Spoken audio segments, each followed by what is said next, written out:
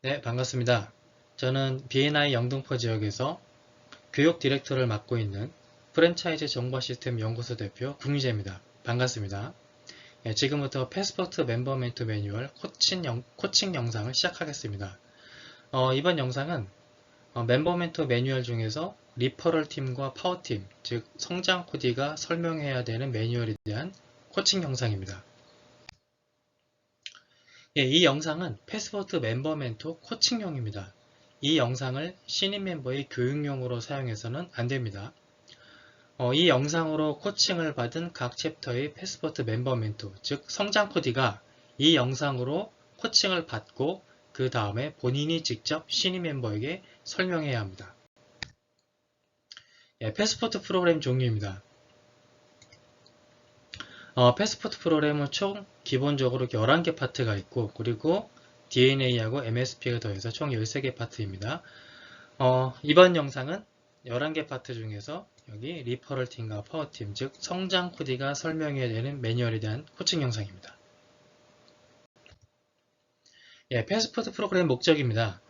패스포트 프로그램은 종류가 굉장히 여러 가지가 있는데, 종류와 내용은 다양하지만 목적은 단순합니다. 즉, B&I 시스템에 신입 멤버가 빨리 적응해서 소개 마케팅을 잘할 수 있도록 돕는 겁니다. 다만 역할에 따라서 돕는 방법이 다를 뿐입니다.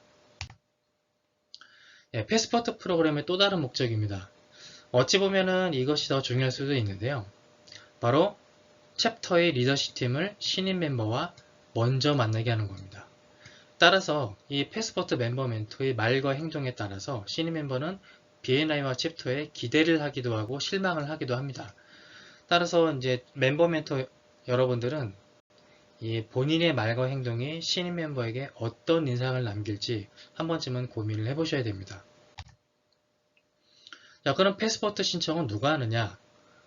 예, 패스포트 신청은 멘티, 즉 신입 멤버가 멤버 멘토에게 합니다. 이것은 패스포트 주도권을 멘티, 신입 멤버에게 주는 것이고요. 그리고 가장 중요한 거, 동료 멤버에게 원투원 신청을 연습하는 겁니다. 근데 만약에 챕터에서 신입 멤버 들어왔는데 패스포트 빨리 끝내게 해야지 하고 그 멘티들이 신입 멤버한테 가서 저 시간 언제 되세요? 우리 빨리빨리 그 패스포트 진행합시다 하고 먼저 신청하면은 챕터 스스로 멘티를 수동적인 멤버로 만드는 겁니다. 그리고 동료 멤버에게 원투원 신청 연습하는 것을 박탈하는 겁니다. 자, 그러면은 이 신입 멤버가 이제 주도권을 가지고 하게 되면은 신입 멤버가 과연 정상적으로 진행을 하고 있는지 안 하고 있는지 모르잖아요. 따라서 1대1 담당 멘토와 멘토링 팀, 멘토링 코디는 신입 멤버가 패스포트를 정상적으로 진행하고 있는지 항상 모니터링 해야 합니다. 주의사항이 있습니다. 설명을 하지 않고 이 매뉴얼만 멘티에게 주면서 읽어보라고 하는 행동은 절대 하면 안 됩니다. 그리고 또 현재 영상 있죠? 이 영상을 또 신입 멤버한테 주면서 이거 보면 됩니다 하는 것도 안 됩니다. 이유는 앞쪽에 설명드렸죠. 바로 이 LT 여러분들이 B&I 시스템에 대해서 신입 멤버에게 설명하는 과정이 있죠. 이 과정을 통해서 신입 멤버는 챕터하고 유대관계를 쌓는 거거든요. 이게 굉장히 중요합니다. 따라서 이 영상으로 코칭을 받고 성장 코디님이 직접 설명을 해주셔야 됩니다. 패스포트 FA 조건입니다. 우선 MSP 교육 이수를 해야 되겠죠. 그리고 패스포트 멤버 멘토 서명이 필요합니다. 11개 이 패스포트 멤버 멘토에게 B&I 시스템에 대해서 설명을 듣고 반드시 서명을 받아야 합니다. 단 비호 경험은 설명이 아니라 반드시 경험을 해야 됩니다. 그리고 이제 원투원이 있죠. 의무적으로 패스포트 기간에 의무적으로 해야 되는 우선 1대1 담당 멘토하고 가장 먼저 원투원을 하죠. 그리고 이제 패스포트를 쭉 진행하면서 지정된 그 원투원 대상자가 있죠. 챕터에 따라 좀 다르긴 하지만 최소 5명 이상입니다. 보통 의장, 부의장, ST, 그리고 이벤트 코디하고 멘토링 코디 이 5명이 의무 원투원 대상자고요. 챕터에 따라서 더 많을 수도 있습니다. 그리고 마지막으로 담당 DNA하고 원투원. 그리고 이제 과제물 수행이 있습니다. 이 패스포트 11개를 진행하면서 제출해야 되는 여러가지 자료들이 있습니다. 개인정보 활용 동의서, 위클리 프리젠테이션, 멤버 신상명세 공개표, 원투원 질문지 업데이트, 상생업종권 작업표하고 핵심 고객층 이해 작업표, 그리고 비지터 초대, 그리고 비지터 호스팅 경험. 여기 각각 담당자가 있습니다.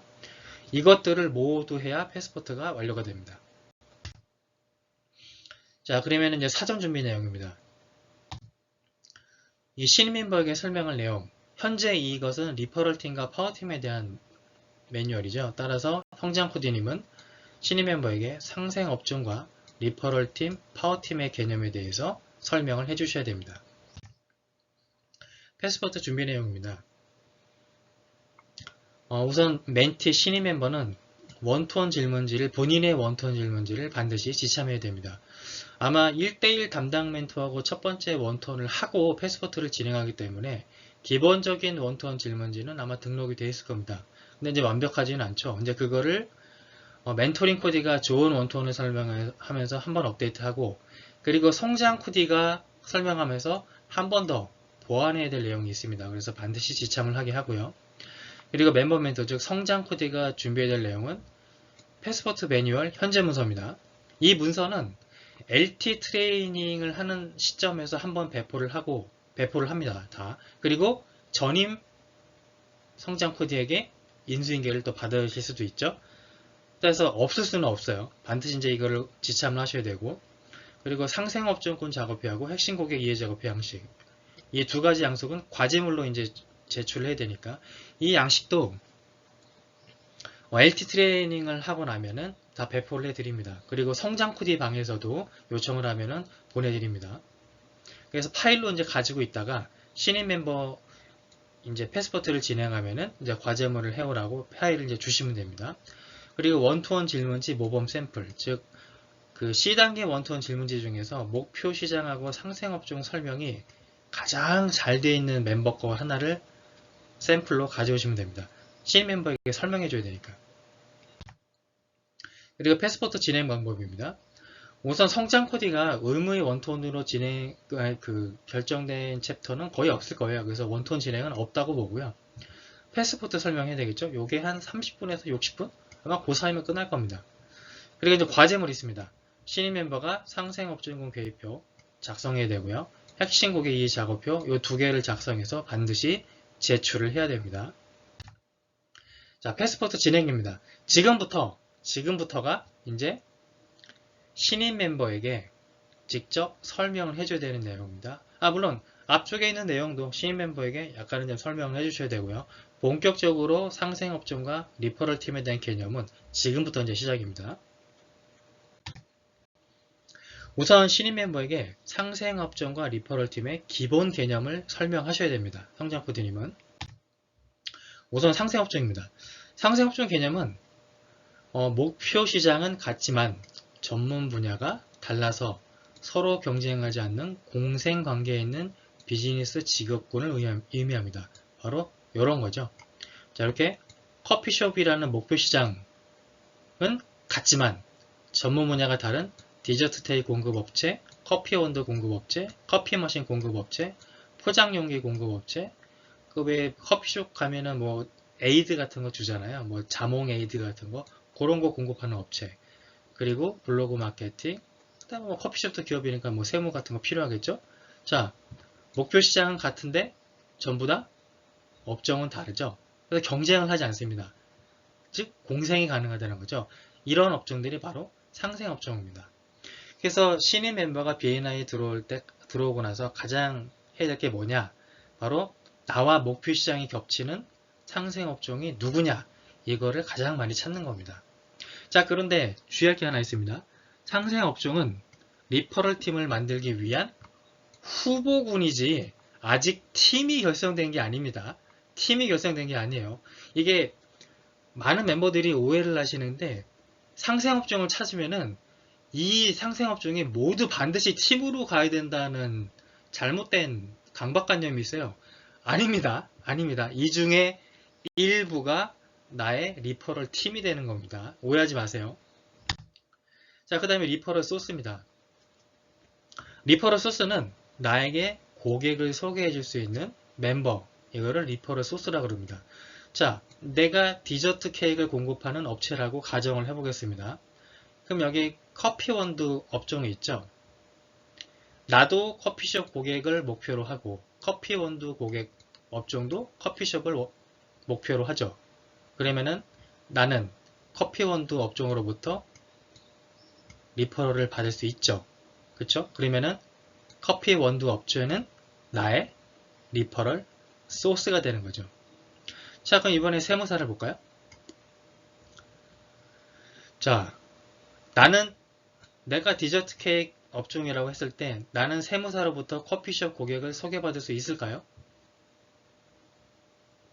있을 수는 있겠죠. 예, 세무사도 커피숍 고객이 있을 수 있으니까. 그런데 한 가지 좀 생각을 해보셔야 되는 게 나는 커피숍이 메인 타겟이죠. 그쵸? 근데 세무사는요? 메인 타겟일까요? 그렇지 않죠. 커피숍이 메인 타겟은 거의 없죠. 세무사는 굉장히 목표 시장이 넓습니다. 예. 그래서 내가 세무사로부터 커피숍 고객을 소개받을 확률은 극히 드물다. 근데 반대는요. 세무사 입장에서는 나로부터 커피숍 고객을 소개받는 것은 가능하죠. 그래서 세무사는 나의 리퍼럴 소스는 아닙니다. 근데 반대로 나는 세무사의 리퍼럴 소스가 되겠죠. 자, 그러면은 요렇게는 양방향 관계죠. 즉 내가 커피원두 업종에게 커피숍 고객을 소개시켜 줄 수도 있고 반대로 내가 소개받을 수도 있고, 즉 양쪽은 T2 리퍼럴을 주고받을 수 있는 양방향 관계고, 세무사하고 나는 단방향이죠. 그냥 요렇게 단방향이죠. 자, 이런 리퍼럴 소스 관계가 왜 중요하느냐? 바로 팀이 되느냐 안 되느냐가 결정되기 때문입니다. 자, 그러면 리퍼럴 파트너는 뭐냐? 상생업종 중에서 서로에게 정기적으로 T2 리퍼럴을 주고받을 수 있는 관계를 리퍼럴 파트너라고 합니다. 즉, 요 두 사람. 내가 리퍼럴을 줄 수도 있고 내가 리퍼럴을 받을 수도 있고, T2 리퍼럴, 이게 리퍼럴 파트너입니다. 자, 그러면 리퍼럴 팀은 뭐냐? 이렇게 T2 리퍼럴을 주고받을 수 있는 리퍼럴 파트너가 3명 이상 모이면은 리퍼럴 팀이라 그러고요. 이런 리퍼럴 팀이 4명 이상이다. 그러면 특별히 이때부터는 파워 팀이라고 부릅니다. 자, 그럼 여기서 생각해 보셔야 될 게 있는데 뭐냐면은 블로그 마케팅하고 세무사는 상생업종은 맞죠? 상생업종은 맞는데 팀은 가능할까요? 자, 지금 여기 동그라미 친 이 5개 업종은 커피숍이 메인 타겟입니다. 그쵸? 근데 이 두 사람은 있을 수는 있겠지만 메인 타겟까지는 아니겠죠? 그러면 어떤 일이 벌어지느냐? 이 5명의 업종은 서로 T2 리퍼럴을 주고받을 수 있는데 이 두 업종은 받기만 하죠? 리퍼럴을. 예. 그러면은 이 두 사람은 상생업종은 맞는데 리퍼럴 팀까지는, 파워팀까지는 아니다. 그래서 이 5명이 파워팀이 되고요. 그럼 이 두 사람은 어떻게 될 거예요? 이 두 사람은 아마 리퍼럴을 받고 싶어서 어떻게든 팀으로 들어가려고 할 겁니다.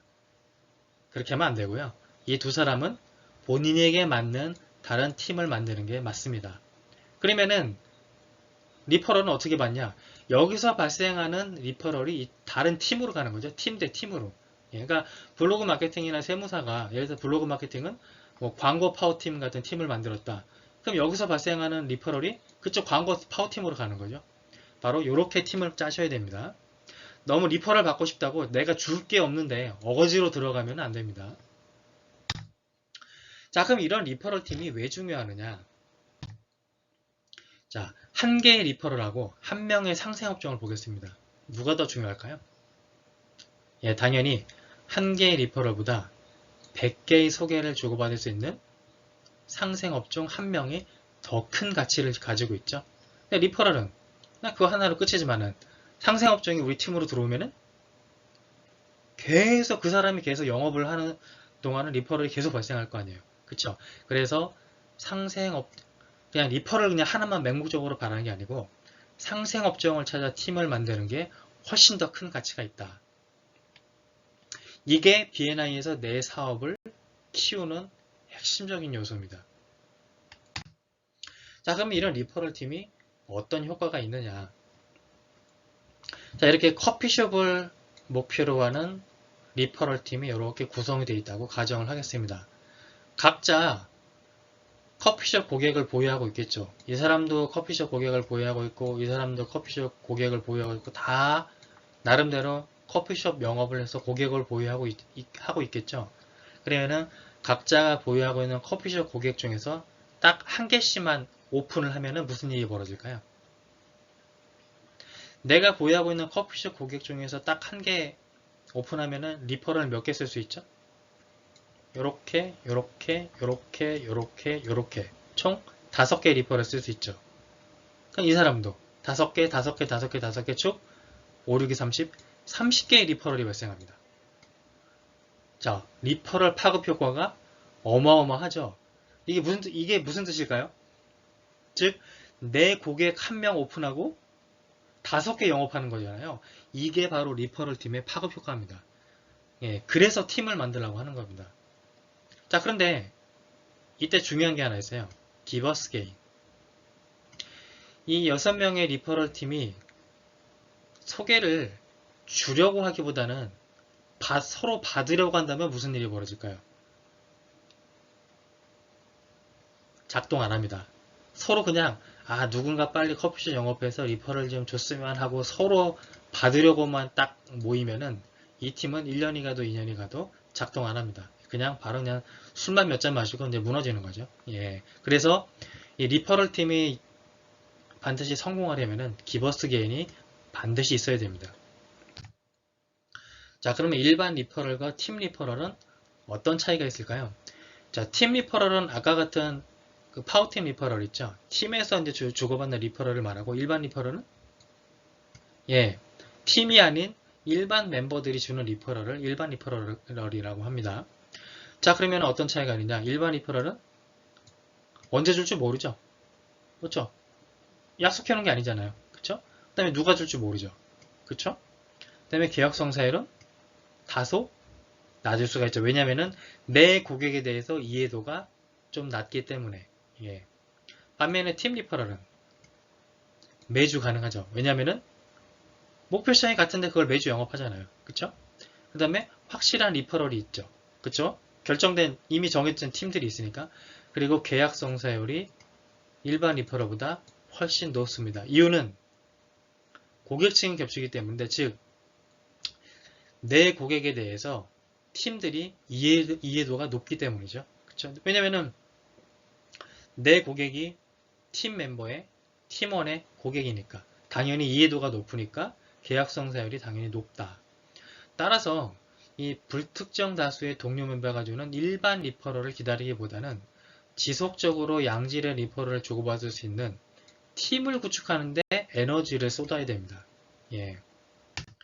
자, 그러면은 에너지를 집중할 곳이 어디냐. 자, 성장코드 여러분은 신인 멤버에게 이 부분 굉장히 설명을 잘 해주셔야 되는데요. 이유가 뭐냐면은 챕터 멤버가 50명이라고 가정을 해보겠습니다. 챕터 멤버가 50명이라고 했을 때 두세 명의 리퍼럴 팀이 있고 그 다음에 10여 명의 상생업종군이 있습니다. 그리고 챕터 멤버는 50명. 근데 B&I 코리아는 지금 몇 명이죠? 1000명이 넘어요. 자, 그럼 신인 멤버가 딱 챕터에 들어왔습니다. 근데 앞쪽에 같은 그런 상생업종이나 리퍼럴 팀에 대한 내용을 몰라요. 그럼 신인 멤버는 눈길이 어디로 갈까요? 무슨 포럼이나 이런 데가 영등포 지역 포럼만 하더라도 한 200명, 한 100명 넘게 모이죠. 그쵸? 그 다음에 이제 외부 이제 우리 1년에 한 번씩 가는 컨퍼런스 때 같은 데 가면은 몇백 명이 모입니다. 한꺼번에. 자, 그런데 한번 딱 다녀오고 났는데 이런 리퍼럴 팀에 대한 내용을 모른다. 그럼 신인 멤버는 눈길이 어디로 갈까요? 일로 갑니다. 그러니까 어떤 행동을 하느냐? 챕터에 집중하는 게 아니고 외부 다른 지역 막 돌아다니면서 명함 돌리는 데 집중을 해요. 예. 그래서 신인 멤버에게 에너지를 집중할 곳이 어디냐? 바로 여기다. 이거를 반드시 설명을 해주셔야 됩니다. 인원수는 적지만은 당신에게 그 계약성 사율이 높은 양질의 리퍼럴을 지속적으로 가져줄 사람은 이쪽이 아니고 이쪽이다. 그러니까 여기에 에너지를 집중해라. 그 내용은 앞쪽에 이미 설명을 했죠. 신입 멤버에게 이거 반드시 설명 잘 해주셔야 됩니다. 자, 그럼 팀을 만들기 위한 준비. 자, 앞쪽에서 리퍼럴 팀의 중요성에 대해서 설명을 했죠. 그러면은 이런 팀 어떻게 만들어야 되느냐. 자, 설명을 해드리겠습니다. 리퍼럴 팀 또는 파워 팀을 만들기 위해서 가장 먼저 해야 될 일. 신입 멤버에게 설명 잘 해주셔야 돼요. 자, 요런 커피숍을 고객으로 하는 내가 요런 파워팀을 만들고 싶다. 나는 디저트 공급업체고 요런 팀을 만들고 싶다. 그럼 가장 먼저 할 일은 뭐냐면은 바로 이 구심점 결정하는 거죠. 그렇죠? 이 구심점이 되는 이 고객 이거를 결정을 해야 나머지 팀이 결정이 되죠. 그렇죠? 자, 그러면은 그래야 상생업종을 찾을 수 있는데 한번 보겠습니다. 이게 왜 중요한지. 자, 상생업종 찾기 예시 첫 번째 보겠습니다. 사진 전문 분야가 있습니다. 목표 시장은 사진이 필요한 고객입니다. 아마 많은 챕터에서 많은 멤버분들이 이런 식으로 리퍼를 발표할 거예요. 무슨 서비스 필요한 분 소개시켜 주세요. 전문 분야 홈페이지 있습니다. 홈페이지가 필요한 고객 소개시켜 주세요. 아, 우리 홈페이지 만들 때 사진 많이 필요하니까 둘이 협업 한번 하시죠. 이런 협업은 가능하죠. 가능하죠. 자, 그럼 이렇게 해서 딱 2명이 모였습니다. 그럼 그 다음에 이 틈에 어떤 상생업종이 들어가면 협업이 가능할까요? 사진과 홈페이지가 일단 모였습니다. 그 다음에 어떤 상생업종에 여기 들어가면 협업이 잘 될까요? 언뜻 안 떠오르죠. 그쵸? 바로바로 떠오르지가 않죠. 당연합니다. 자, 그러면 두 번째 예시를 보겠습니다. 전문 분야 사진입니다. 의사 프로필 사진을 전문적으로 찍습니다. 전문 분야 홈페이지입니다. 병원 홈페이지를 전문적으로 만듭니다.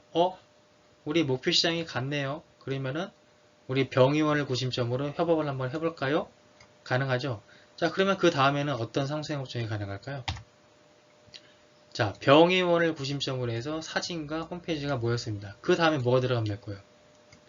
병원을 타겟으로 하는 업종이 뭐가 있죠?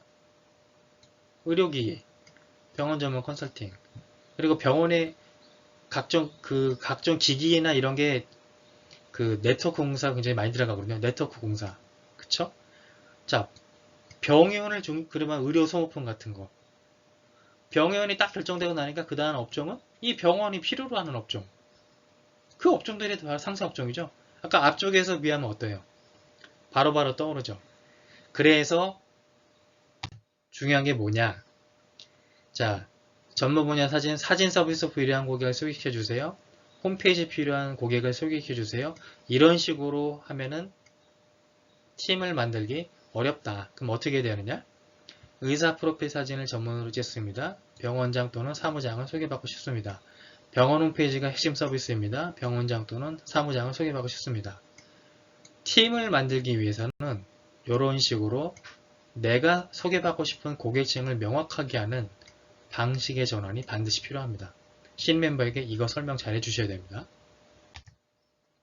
자, 그러면은 이 구심점에 대해서 좀 알아보겠습니다.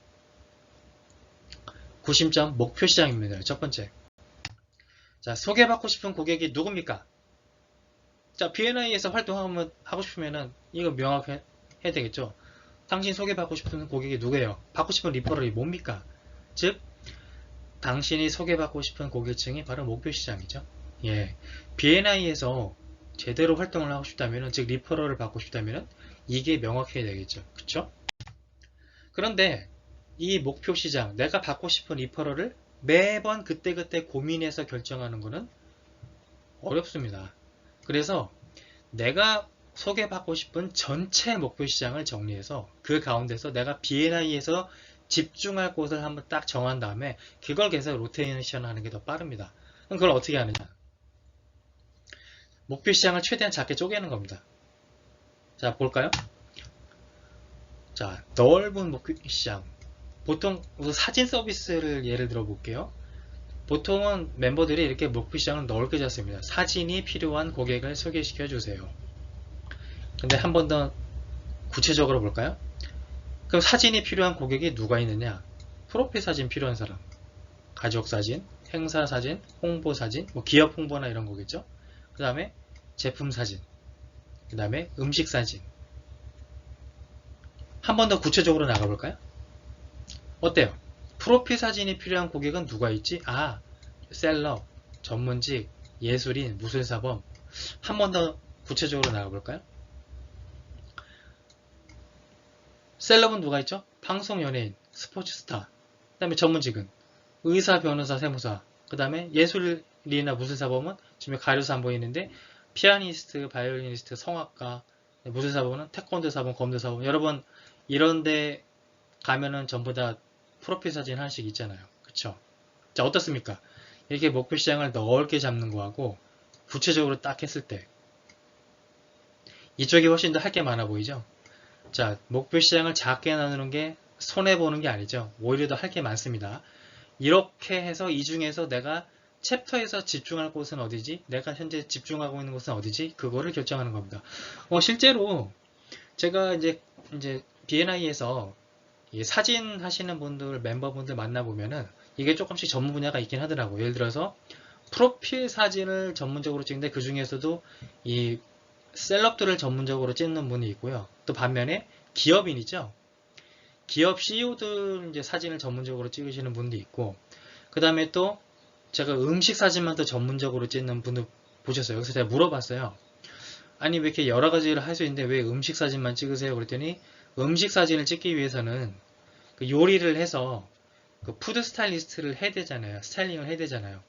그래서 반드시 그 그 스튜디오가, 쿠킹 스튜디오가 반드시 필요하답니다. 그래서 본인은 음식 사진을 전문적으로 찍는답니다. 다르죠? 그쵸? 만약에 내가 음식 사진을 전문적으로 찍겠다 그러면은 여기서 또 달라지죠. 그쵸? 그래서 목표 시장을 최대한 작게 나누는 것이 그래서 중요합니다. 자, 이게 분석한 예시입니다. 즉, 내가 인물 사진을 전문적으로 찍고 그 중에서 프로필 사진을 찍고 프로필 사진 필요한 게 셀럽, 이런 사람들, 뭐 CEO, 국가공인 전문직, 예체능 계열, 뭐 강사들, 뭐 영어 학원 같은 데 가면은 전부 다 뭐 이렇게 하고 있는 뭐 일타 강사 사진 그런 거 다 있잖아요. 예. 이 중에서 내가 B&I에서 집중할 곳은 그래 나는 여기를 B&I에서 집중할래. 나는 여기를 지속적으로 리퍼럴을 요청할 거야. 이런 식으로 하셔야 됩니다. 그러니까 성장푸디님은 실행 멤버가 B&I를 효과적으로 이용하려면 이 부분에 대해서 굉장히 설명을 잘 해주셔야 됩니다. 그 다음에 구심점에 대해서 두 번째, 핵심 고객층입니다. 그럼 목표 시장하고 핵심 고객층은 어떤 차이가 있느냐? 자, 목표 시장은 내가 영업하기 위해 계획 중인 목표 시장. 그러니까 내가 영업하고 싶은 곳이에요. 그쵸? 반면에 핵심 고객층은 뭐냐면은 이미 영업을 해서 지금 내가 보유하고 있는 고객들이 있겠죠. 그 중에서 절대 다수를 차지하는 핵심 고객층. 이 차이입니다. 예. 따라서 목표 시장도 중요하지만 리퍼럴 팀의 성공률을 높이기 위해서는 핵심 고객층이 훨씬 더 중요합니다. 자, 그럼 아까 전에 목표 시장 왜 이렇게 정리해야 된다고 말씀드렸죠. 마찬가지로 핵심 고객도 정리를 해야 됩니다.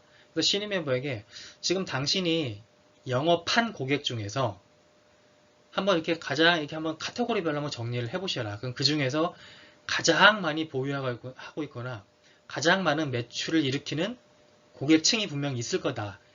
그 고객층이 리퍼럴을 받기도 쉽고 팀을 만들기 좋은 구심점이다. 이거를 반드시 한번 찾아보라고 설명을 해주셔야 됩니다. 그래서 B&I에서는 이렇게 핵심 고객층 이해 작업표라는 거를 항상 조사를 하죠. 이거 그 후반부에 설명을 드릴 겁니다. 신입 멤버가 이거 작성해서 제출을 해야 됩니다. 과제물로. 자, 그러면은 상생업종을 어떻게 찾느냐? 자, 상생업종에 대해서는 뭔지 신입 멤버에게 다시 한번 설명을 해주시고요. 아까 앞쪽에 설명한 내용 그대로입니다. 자, 우선 구심점 결정입니다. 아까 앞쪽에서 구심점, 목표시장, 핵심 고객층 이 두 개 설명을 했죠. 그러면 이제 상생업종을 찾으려면은 구심점을 결정을 해야 됩니다. 우선 핵심 고객층으로 결정을 할 경우, 즉 구심점에 핵심 고객층을 두는 겁니다. 그러니까 앞쪽에서 정리한 핵심 고객층 중에서 한 개를 구심점에 두는 거죠. 그리고 그 핵심 고객층을 중심으로 해서 상생업종을 찾는 거죠. 아니면은 목표 시장으로 하는 겁니다. 내가 만약에 핵심 고객층을 못 찾았다면은 내가 영업하고 싶은 목표 시장을 구심점으로 결정해야 됩니다. 목표 시장은 아까 설명드렸죠? 최대한 좁게, 작게 나누는 것이 중요하다고. 사진 필요한 고객을 소개시켜 주세요가 아니고 나는 병의원 의사 프로필 사진을 전문적으로 찍겠다. 이런 식으로 세분화해서. 자, 그런데 목표 시장보다는 핵심 고객층을 구심점으로 하는 게 더 좋습니다. 그러니까 목표 시장을 구심점으로 해서 상생업종을 찾아 팀을 만들기보다는 핵심 고객층을 중심으로 해서 상생업종을 찾아 팀을 만드는 게 훨씬 더 빠릅니다. 그 이유가 뭐냐? 목표 시장보다 핵심 고객층을 추천하는 이유가 뭐냐? 자, 목표 시장은 아까 뭐라 그랬죠? 내가 영업하고 싶은 곳. 그럼 영업하고 싶은 게 다 같은 사람끼리 모였을 때 무슨 문제가 발생하죠? 누군가 영업에 성공해야 리퍼럴이 발생하죠.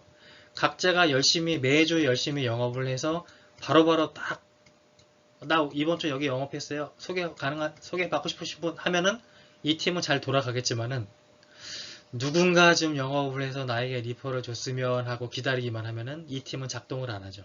자, 반면에 핵심 고객층을 중심으로 팀을 만들면 아까 핵심 고객층은 뭐라 그랬죠? 이미 내가 영업을 해서 보유한 곳.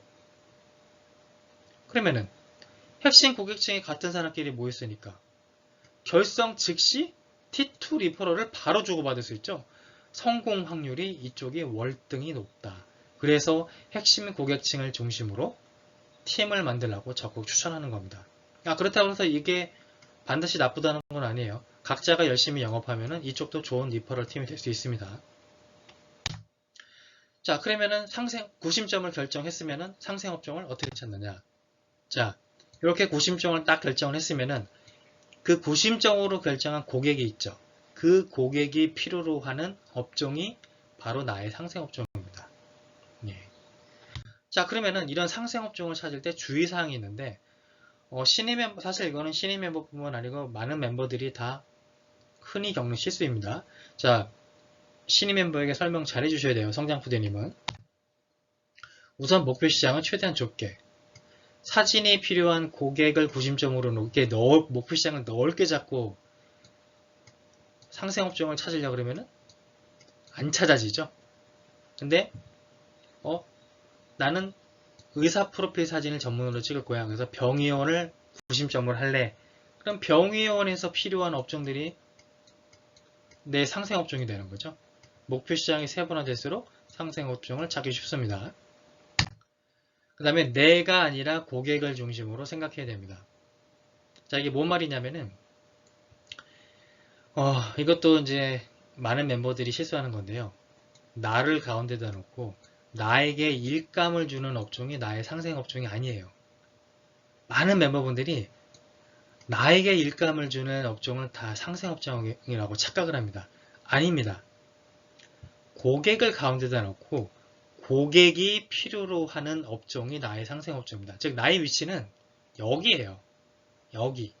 그래서 내가 공격하고 싶은 업종, 커피숍. 그럼 커피숍이 필요로 하는 업종이 뭐가 있지?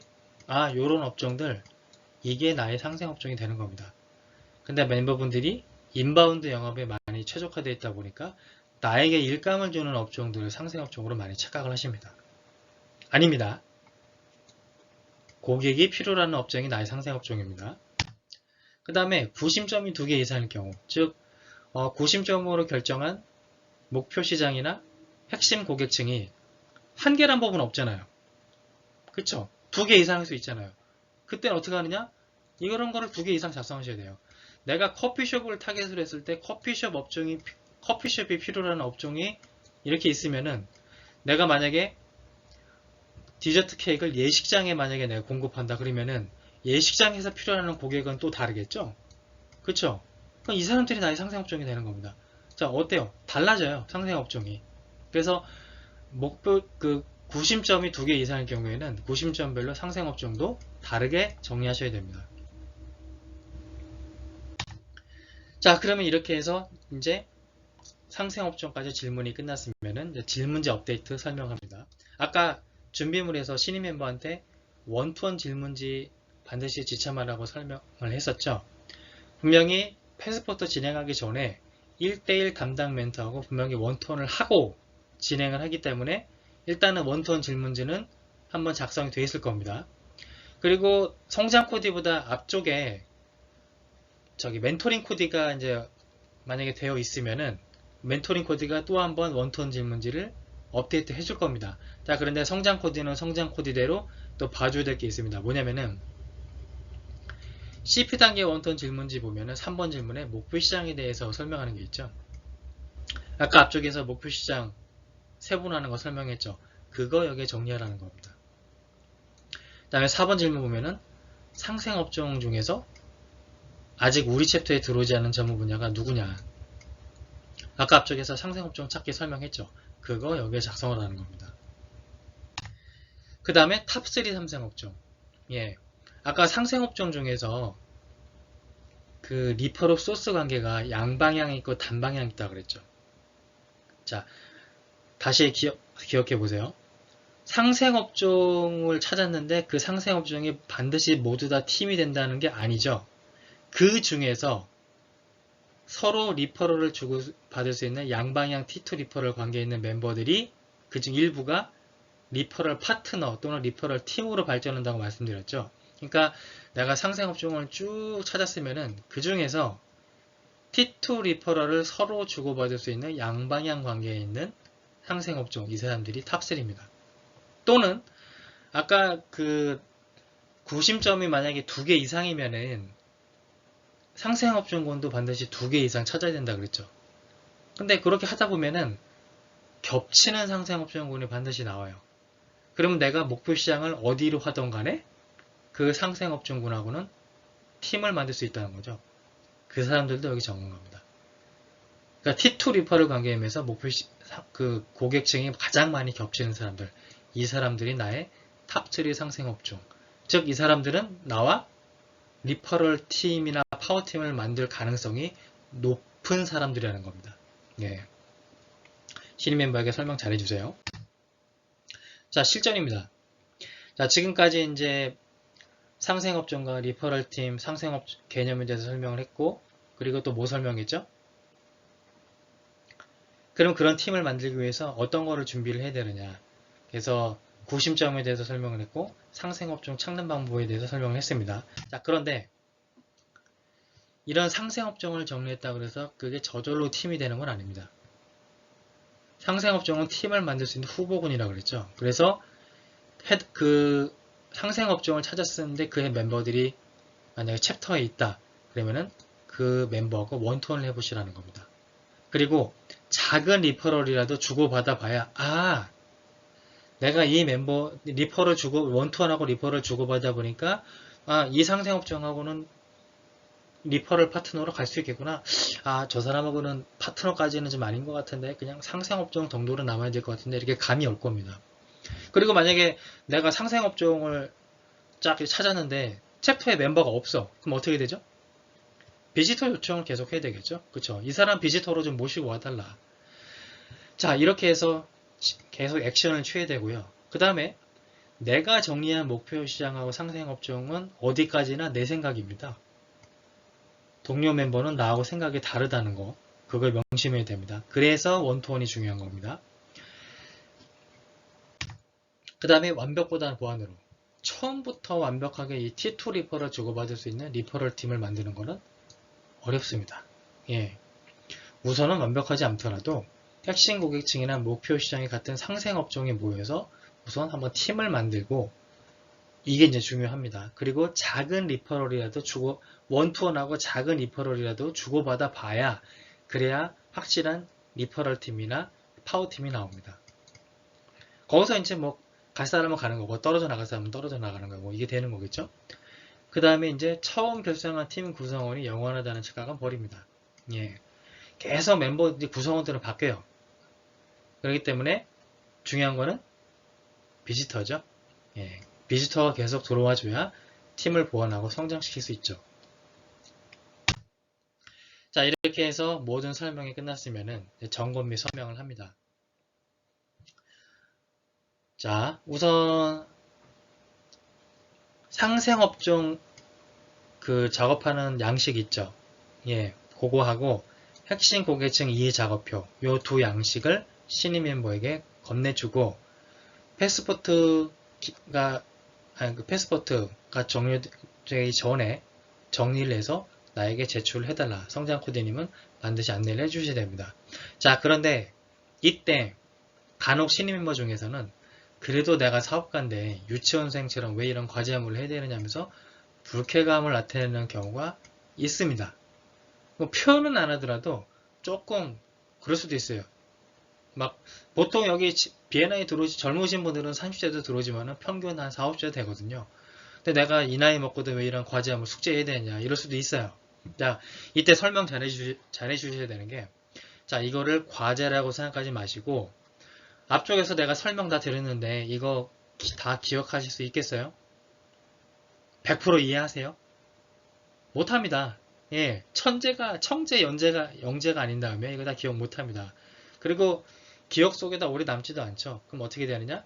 직접 본인 사업에 해당하는 거를 머리 싸매고 고민을 해봐야, 아, 내 고객은 이렇고 그래서 내 상생업종이 이렇게 나오니까 내가 B&I에서는 이렇게 해야 되겠구나가 그때서야 감이 옵니다. 그래서 본인이 B&I를 잘 활용하고 싶다면은 반드시 이거를 본인이 직접 고민해서 해보셔야 됩니다. 라고 설명을 해주시기 바랍니다. 자, 신입 멤버가 B&I에 잘 적응하기 위해서 이걸 해주는 거지 그냥 단순히 뭐 과제를 내주는 게 아니니까 반드시 하셔야 됩니다.